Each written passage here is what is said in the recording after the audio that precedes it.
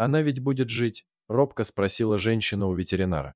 «Будет, но не больше нескольких часов», — вынес свой вердикт врач. Услышав эти слова, собака с трудом подняла голову и посмотрела на людей. В ее взгляде читалась боль и беспомощность. Вскоре из них покатились слезы. Она была еще молода и почти не жила, а ей уже вынесли смертельный вердикт.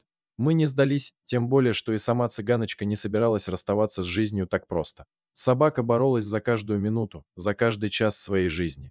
Дважды она была на грани, но нам удавалось вовремя найти для нее доноров. Ветеринары прилагали все усилия, но никак не могли установить диагноз, а значит, лечили симптомы, а не саму болезнь, которая никак не получалось идентифицировать.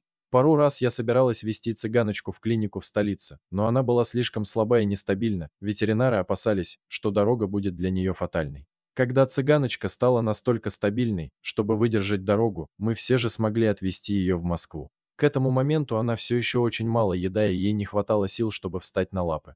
В московской клинике собаку приняли с распростертыми объятиями. Сразу же был созван консилиум. Понять, что стало причиной болезни, удалось не сразу, но в конце концов диагноз был установлен. Цыганочка отлично вела себя в клинике. Со временем она начала доверять Оле, куратору, которая навещает ее и других наших подопечных, которые лечатся в Москве. Девочка привязалась и к сотрудникам клиники.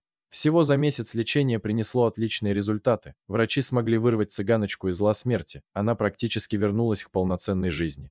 Лечение еще не окончено, но врачи уверены, что цыганочка будет жить. Пока она не проявляет особой активности, но постепенно привыкает к нормальной жизни, учится гулять на поводке и социализируется. Чтобы собака быстрее привыкала к людям, управляющий клиники поселил ее в своем кабинете, где ей гораздо интереснее и веселее, чем в закрытой клетке.